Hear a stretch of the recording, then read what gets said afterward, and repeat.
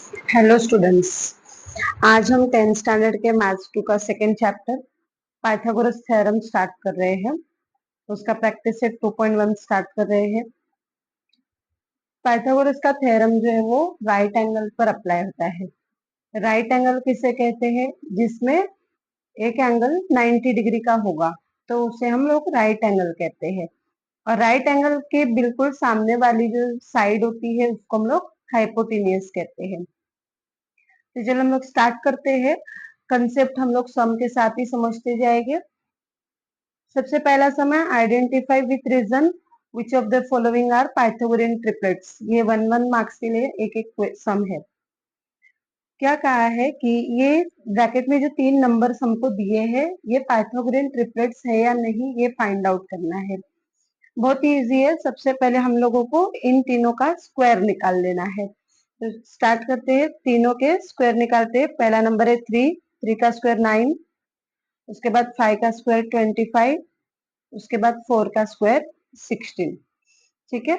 उसके बाद क्या करेंगे, जो दो छोटे नंबर है यानी कि इसमें 3 और 4 छोटे हैं, 5 सबसे बड़ा नंबर है, तो दोनों छोटे नंबर्स के जो स्क्वायर है उनको हम ऐड करेंगे। ठीक है। तो 3 का स्क्वायर प्लस 4 का स्क्वायर ऐड करेंगे तो 9 प्लस 16 यानी कि 25 आता है। और यही आपका बड़े वाले नंबर के स्क्वायर से देखने का मैच हो रहा है या नहीं हो रहा है। ठीक है। तो ये मैच हो रहा है, इसका मतलब हम लोग यहाँ पर लिखेंगे 3 का स्क्वायर प्लस 4 का स्क्वायर इज इक्वल टू 5 का स्क्वायर। ठीक है। 25 5 का स्क्वायर है, तो इसका मतलब ये पाइथागोरियन ट्रिपलेट है तीनों भी। ठीक है। तो उसके लिए हम लोग क्या करेंगे, इधर विथ रीजन का है ना, तो रीजन क्या लिखेंगे, the square of the largest number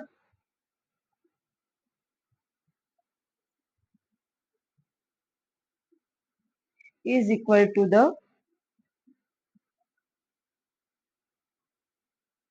sum of the squares of the other two numbers।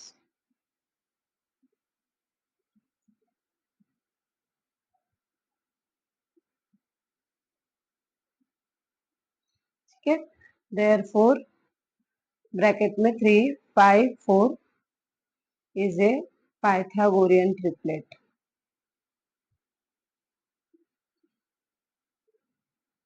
इस तरह से हम सॉल्व होगा। ये हमने 6 स्टैंडर्ड से आपने किया होगा, अगर अच्छे से याद होगा तो। क्या करना है आपको, पहले तीनों नंबर्स के स्क्वायर निकालने हैं, फिर जो दो छोटे नंबर है उन लोगों के स्क्वायर को प्लस करना है और देखना है वो बड़े वाले नंबर के स्क्वायर से मैच होता है क्या। अगर मैच होता है तो वेल एंड गुड, आपने इस तरह से इसको लिख देना है। और उसके बाद सेंटेंस क्या लिखेंगे कि जो बड़े नंबर का स्क्वायर है वो इक्वल करता है दूसरे दोनों जो छोटे नंबर हैं उनके स्क्वायर के एडिशन से। ठीक है। ये सम लिखा है ना, इसका मतलब एडिशन। तो इस तरह से दोनों दूसरे जो नंबर से उनके स्क्वायर के सम से इक्वल करता है। देयरफॉर ये तीनों नंबर क्या है, पाइथागोरियन ट्रिपलेट है। ठीक है। आगे बढ़ते हैं। 4 9 12, इसको भी सेम इसी तरह से करना है। 4 का स्क्वायर निकालेंगे 16, 9 का स्क्वायर 81 और 12 का स्क्वायर 144। अभी छोटे नंबर है 4 और 9, ऐड करते हैं 4 के स्क्वायर और 9 के स्क्वायर को। 16 प्लस 81, ये ऐड करेंगे तो 6 प्लस 1 7, 8 प्लस 1 9 और 12 का स्क्वायर 144 है, ये मैच नहीं हो रहा है। ठीक है। तो हम लोग कैसे लिखेंगे इसको, 4 का स्क्वायर प्लस 9 का square does not equal to 12 का स्क्वायर, ये डज नॉट आ जाएगा। ठीक है। और फिर इसका रीजन कैसे लिखेंगे हम लोग, यहाँ पर the square of the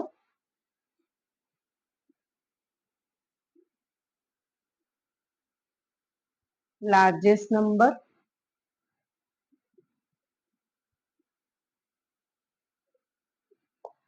is not equal, equal नहीं है ना इसलिए नॉट इक्वल टू द डालेंगे। ठीक है।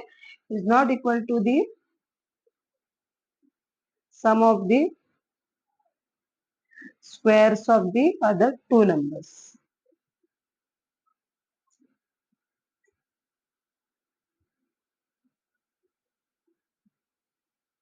Therefore 4 9 12 is not a Pythagorean triplet.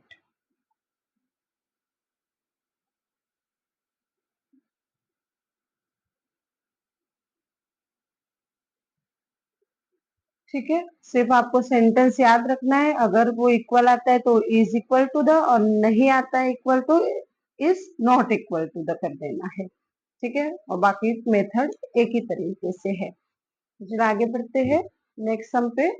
5 12 and 13। तो 5 का स्क्वायर आता है 25, 12 का स्क्वायर 144, 13 का स्क्वायर 169। ठीक है, छोटे नंबर है 5 और 12, तो इनके स्क्वायर को करेंगे ऐड। 5 का स्क्वायर प्लस 12 का square is equal to 25 plus 144 which is equal to 5 plus 4 9, 2 plus 4 6 और 1। ठीक है, 169, और ये 13 के स्क्वायर से मैच हो रहा है। देयरफॉर हम क्या लिखेंगे, 5 का स्क्वायर प्लस 12 का स्क्वायर इज इक्वल टू 13 का स्क्वायर। ठीक है, तो इज इक्वल टू वाला सेंटेंस आ जाएगा हमारा।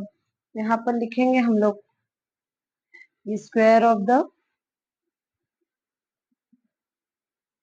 Largest number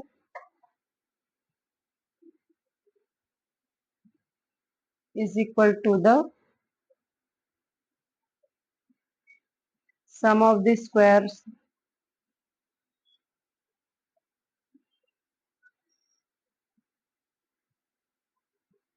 of the other two numbers.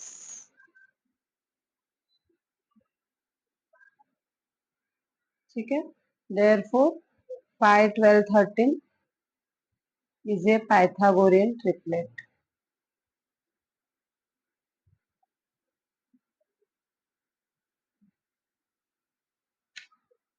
Next sum 24 70 and 74. So 24 का स्क्वायर 576, 70 का स्क्वायर 7 का स्क्वायर 49 होता है, और एक जीरो का स्क्वायर 2 जीरो हो जाएगी, और 74 का स्क्वायर ये आता है 5476। ठीक है, तो हम इनको छोटे वाले नंबर दो ये है 24 और 70, इनको ऐड करेंगे। तो 24 का स्क्वायर प्लस 70 का square is equal to 576 plus 4900 which is equal to 6 plus 0 6, 7 plus 0 7, 9 plus 5 14, 1 carry किया और 4 में ऐड किया, तो 5476 विच इज इक्वल टू 74 का स्क्वायर। देयरफॉर 24 का स्क्वायर प्लस 70 का स्क्वायर इज इक्वल टू 74 का स्क्वायर। ठीक है, तो अगेन हमारा सेम सेंटेंस यहाँ पर भी आएगा, the square of the largest number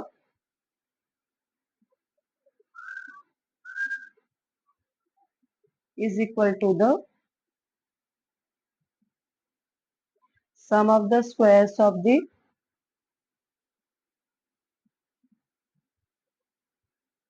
other two numbers.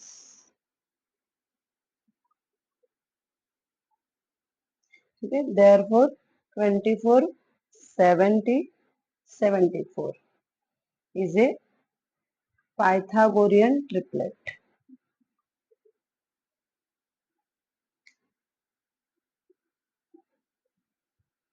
ठीक है, नेक्स्ट सम 10 24 एंड 27। 10 का स्क्वायर 100, 24 का स्क्वायर 576, और 27 का स्क्वायर 729। ठीक है, ऐड करेंगे 10 और 24 के स्क्वायर को, ये हो जाएगा 100 प्लस 576, तो ये टोटल आएगा इसका 676। इसका मतलब ये नॉट इक्वल है, 10 का स्क्वायर प्लस 24 का स्क्वायर नॉट इक्वल टू 27 का स्क्वायर। तो सेंटेंस में सिर्फ नॉट इक्वल टू आ जाएगा, और लास्ट में भी नॉट ए पाइथागोरियन ट्रिपलेट आएगा। ठीक है, तो चलो लिखते हैं the square of the largest number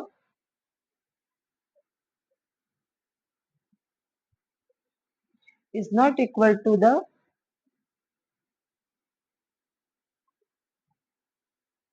sum of the squares of the other two numbers.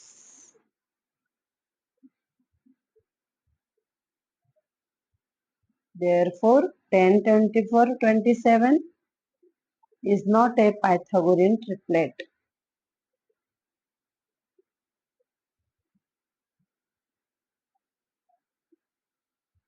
ठीक है. नेक्स्ट सम है 11, 60 एंड 61. 11 का स्क्वायर 121, 60 का स्क्वायर 6 का स्क्वायर 36 00, 61 का स्क्वायर 3721. ठीक है. छोटे नंबर 11 और 60 है. ऐड करेंगे हम इनके स्क्वायर्स को. 121 प्लस 3600, ये 3721 आ जाएगा टोटल. इसका मतलब ये इक्वल है. ठीक है. 61 के स्क्वायर से. तो सेंटेंस में यस वाला सेंटेंस लिखेंगे. The square of the largest number is equal to the sum of the squares of the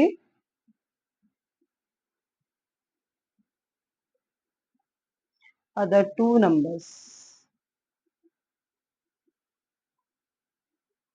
Therefore, 11, 60 and 61 is a Pythagorean triplet.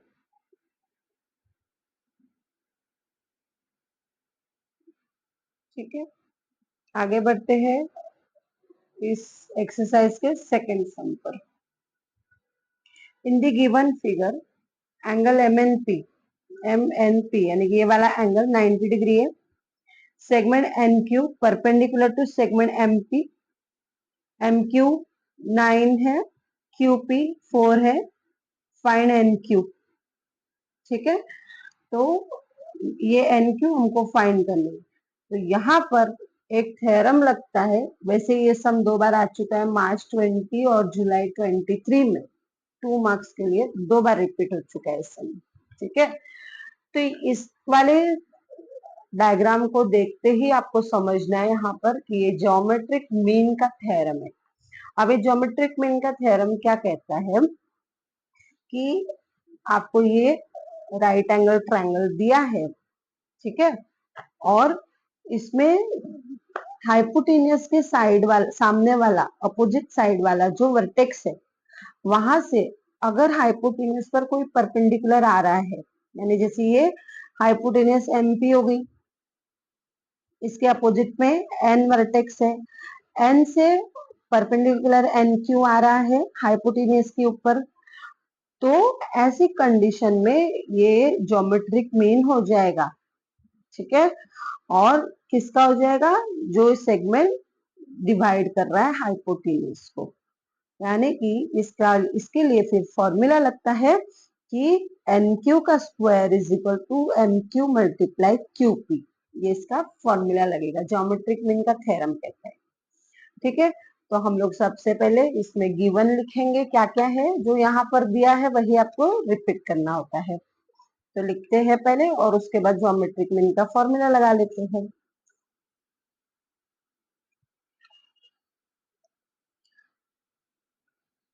ठीक है.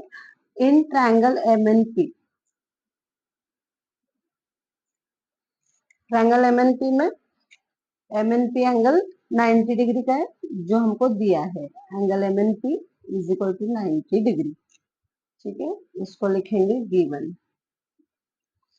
उसके बाद ये भी लिखेंगे सेगमेंट एनक्यू.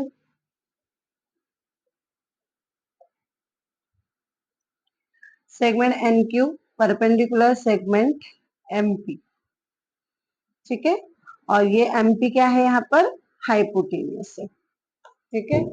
उसके बाद हम लोगों को by theorem of geometric mean लगा लेंगे.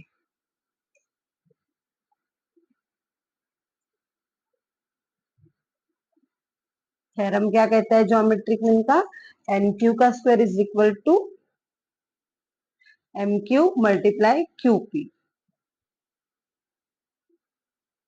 ठीक है, तो एन क्यू का square is equal to, M Q आपको मेजरमेंट में दिया है 9 और क्यू पी मेजरमेंट में दिया है 4, और 9 4 जा होता है 36।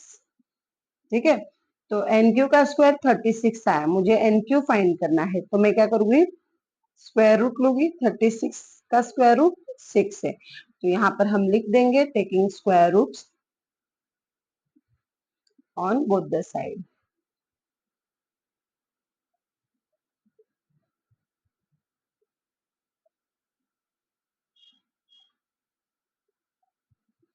ठीक है, स्क्वायर रूट लिया और एन क्यू हमको मिल गया, देयरफॉर आंसर लिख देंगे N Q is equal to 6। ठीक है, बहुत ही इजी है, सिर्फ ये देखना है राइट एंगल है, इसके यहाँ से हाइपोटेन्यूज पर परपेंडिकुलर जा रहा है, तो हम लोगों को सिंपली ये जियोमेट्रिक मीन का थ्योरम लग जाएगा, एन क्यू का स्क्वायर यानी जो परपेंडिकुलर जा रहा है वो उसका स्क्वायर और हाइपोटेन्यूज के जो दो हिस्से है उसका मल्टीप्लाई।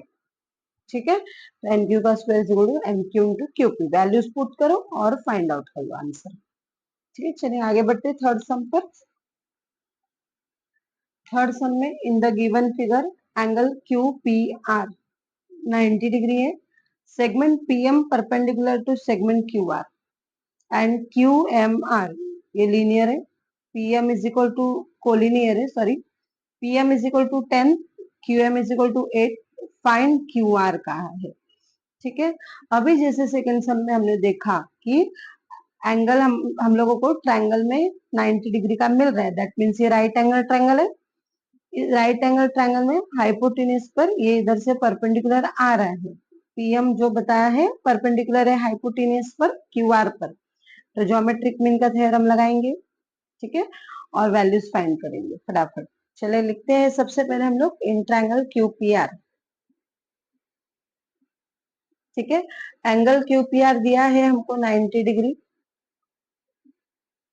तो इसको लिखेंगे गिवन। उसके बाद ये भी लिख लेंगे segment PM perpendicular to segment Q R, जो कि हाइपोटेन्यूज है। ठीक है, तो ये भी लिखेंगे given, therefore by theorem of geometric mean लगा लेंगे।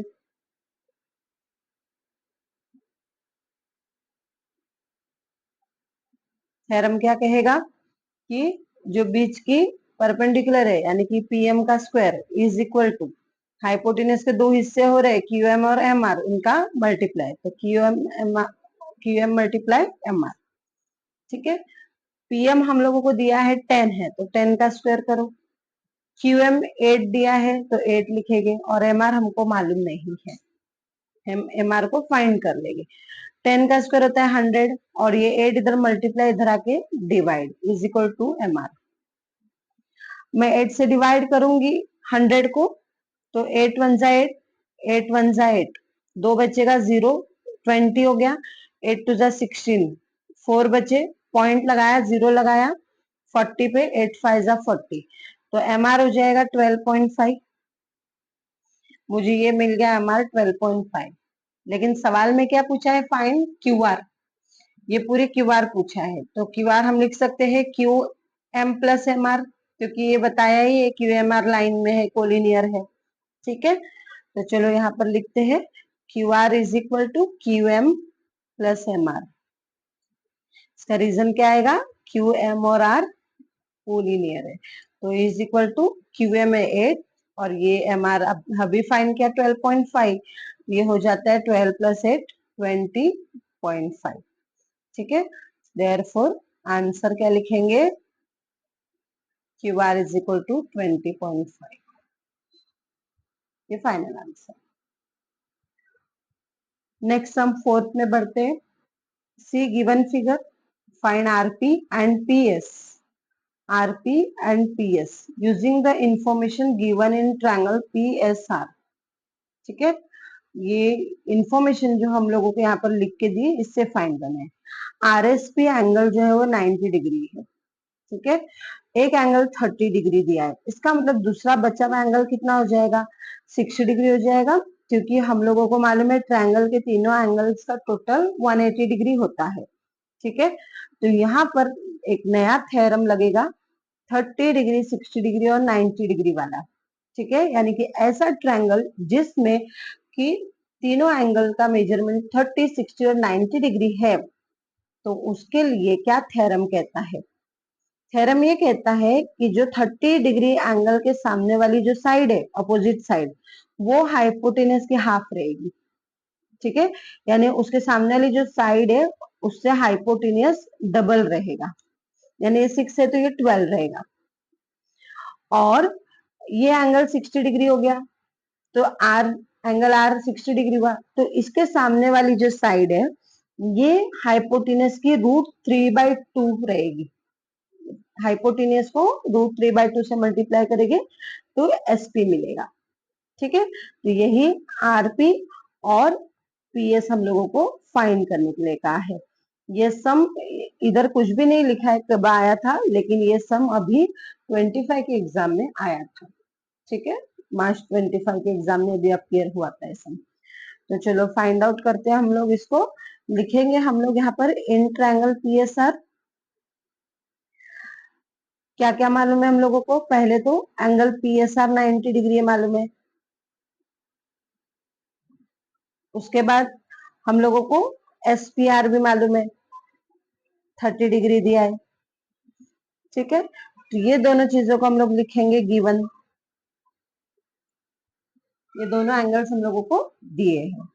उसके बाद जब बचा हुआ एंगल फिर 60 डिग्री में बचता है, यानी एंगल एसआरपी। ठीक है, देयरफॉर लिखेंगे angle SRP is equal to 60 degree. इसके लिए क्या रीजन देंगे हम लोग, remaining angle of a triangle, remaining angle of a triangle क्या मतलब है कि एक ट्रायंगल पूरा 180 डिग्री का होता है, ये 60 प्लस 90 प्लस 30 120 हो गया, 180 में से 120 गए 60 बचा, तो ये एंगल बट ऑफ 60 डिग्री ही रहेगा। ठीक है, ये हम लोगों को मिल गया, तो इसका मतलब क्या होगा, therefore triangle PSR is a 30 degree, 60 degree, 90 degree triangle, ऐसे लिखने का, यानी कि इसका एक एंगल 30 का, एक एंगल 60 का और एक एंगल 90 डिग्री का है। ठीक है, तो इसके लिए जो थ्योरम लगता है वो हम लोग यहाँ पर लगाएंगे, therefore by 30 degree, 60 degree, 90 degree triangle theorem. मैंने पहले ही कहा था कि जो एक एक चीजें आएगी हम सम के साथ करते जाएंगे वो थ्योरम्स को। ज्योमेट्रिक मीन का थ्योरम आपको समझ गया होगा, अब ये दूसरा थ्योरम 30, 60, 90 डिग्री का आया।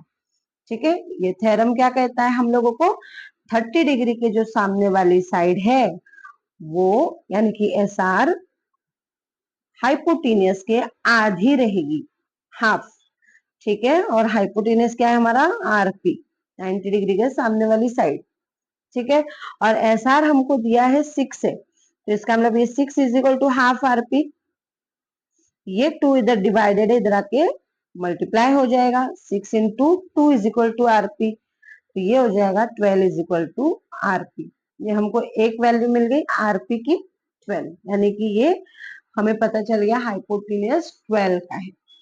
ठीक है, अब हमें पीएस निकालना है, तो पीएस क्या है, 60 डिग्री के सामने वाली साइड है, और 60 डिग्री के सामने वाली साइड जो होती है वो हाइपोटेनियस के √3/2 होती है। ठीक है, तो उसके लिए हम लोग लिखेंगे सामने वाली साइड है पीएस, तो PS is equal to √3/2 multiply RP, जो आरपी क्या है इसका हाइपोटेनियस है। ठीक है, और अभी हमने फाइंड किया √3/2, आरपी फाइंड किया 12, तो ये 2 1 जा 2 6 जा which is equal to 6√3, PS हमको मिल गया 6√3। तो आंसर क्या लिखेंगे हम लोग, एक तो आरपी निकाला हमने 12 और पीएस निकाला हमने 6√3। ठीक है, तो यहाँ पर ये सम खत्म हो गया, बहुत ही इजी है, थ्योरम्स आपको याद रहेंगे तो सम आप फटाफट कर लेंगे, थ्योरम्स पर थोड़ा सा याद करने की कोशिश करेंगे। चलो आगे बढ़ते हैं हम अगले सम पर। For finding A B and B C with the help of information given in figure, complete the following activity। ये एक्टिविटी है, हम लोगों को डायग्राम दिया हुआ है ए बी सी, बी यहाँ पर राइट एंगल है, ठीक है, और ये दोनों साइड से ए बी और बी सी बताया है इक्वल है, ठीक है, दोनों पे दो दो लाइन छोटी छोटी बनाई, that means they are equal. तो हम लोग क्या करेंगे, यहाँ पर एक्टिविटी में जो बॉक्सेस दिए फिल करेंगे। A B is equal to B C, ठीक है, ए बी और बी सी इक्वल है, तो इस पे रीजन क्या लिखेंगे हम लोग, सिंपल, उन्होंने दिया है हमको तो इसलिए गिवन लिखेंगे, ठीक है। Angle B A C is equal to, angle B A C कितना रहेगा, अभी देखिए यहाँ पर कैसे पता करेंगे आप एंगल बी ए सी कितना रहेगा। एक एंगल 90 डिग्री है, ठीक है, और दो एंगल हम लोगों को मालूम नहीं है, लेकिन इस एंगल के सामने वाली जो साइड है वो इस एंगल के सामने वाली साइड मैच हो रही है, ठीक है, यानी कि इन दोनों एंगल्स की, एंगल ए और एंगल सी की जो अपोजिट साइड है वो दोनों इक्वल है, दैट मीन्स ये एंगल्स भी इक्वल रहेंगे, बराबर। तो जब एंगल्स इक्वल रहेंगे इसका मतलब ये एक 90 डिग्री है, तो बचे दो एंगल 90 डिग्री के होने चाहिए, तो 90 डिग्री के दो एंगल यानी कि हाफ हाफ करेंगे उनको, 45 45, तो ये दोनों भी 45 और 45 डिग्री के होंगे, ठीक है। तो एंगल बी ए सी हम लोग यहाँ पर लिखेंगे 45 डिग्री। अभी 45 45 और 90, अब यहाँ पर एक अलग ही थ्योरम लगता है, तीसरा थ्योरम इस चैप्टर में, ठीक है। पहला जो था हमने पढ़ा था ज्योमेट्रिक मीन, दूसरा हमने पढ़ा 30 60 और 90 वाला, अभी तीसरा है 45 45 और 90 वाला, ठीक है। तो ये क्या कहेगा कि ए बी और बी सी, ये जो अदर साइड से हाइपोटेनस को छोड़कर, ठीक है, जो इक्वल साइड से, ये क्या करेंगी, ये इक्वल टू रहेगी ए सी के 1/√2, कितनी रहेगी ये 1/√2 रहेगी, ठीक है। ए सी कौन है, हाइपोटेनस है, तो ये दोनों साइड्स क्या रहेगी, हाइपोटेनस के 1/√2 टाइम्स रहेगी। तो यहाँ पर भी हम लोग ये 1/√2 लिखते हैं, और एसी की वैल्यू दी हुई है √8, यहाँ पर जो दी है वही लिखी है, ठीक है। तो अभी √8 को क्या किया, फैक्टराइज किया, ये 4 टू 8 होता है, बराबर, 4 टू 8, तो 4 जो है वो 2 का स्क्वायर है, तो वो बाहर आके 2 हो गया, और ये √2 अंदर ही रह गया, तो ये 1/√2 वापस वैसा ही लिखा, ठीक है। और ये इसका √8 का फैक्टराइज 2√2 किया, अब ये √2 और ये √2 कट हो जाएगा, और बचेगा क्या, सिर्फ 2 1 जा 2, तो ये आंसर आ गया 2, ठीक है। बहुत ही सिंपल तरीके से था, सिर्फ याद रखना है कि दोनों साइड जब इक्वल है दैट मीन्स ये दोनों एंगल्स भी इक्वल हुए, तो वो क्या हो जाएंगे 45 45। थ्योरम क्या बताता है कि जो दोनों साइड से वो हाइपोटेनस के 1/√2 टाइम्स रहेंगे, ठीक है। तो बस हमने पुट किया वैल्यू, √2 यहाँ पे कट हुआ क्योंकि √8 का फैक्टराइजेशन किया, और इस तरह ये वैल्यू हमको मिल गई, ठीक है। यहाँ पर हम लोग वीडियो को स्टॉप करेंगे, अगले बचे हुए जो सम है उनको नेक्स्ट वीडियो में सॉल्व करेंगे। वीडियो अच्छी लगी हो तो लाइक करें, फ्रेंड्स के साथ शेयर करें, चैनल पर नए तो सब्सक्राइब करें। Thank you.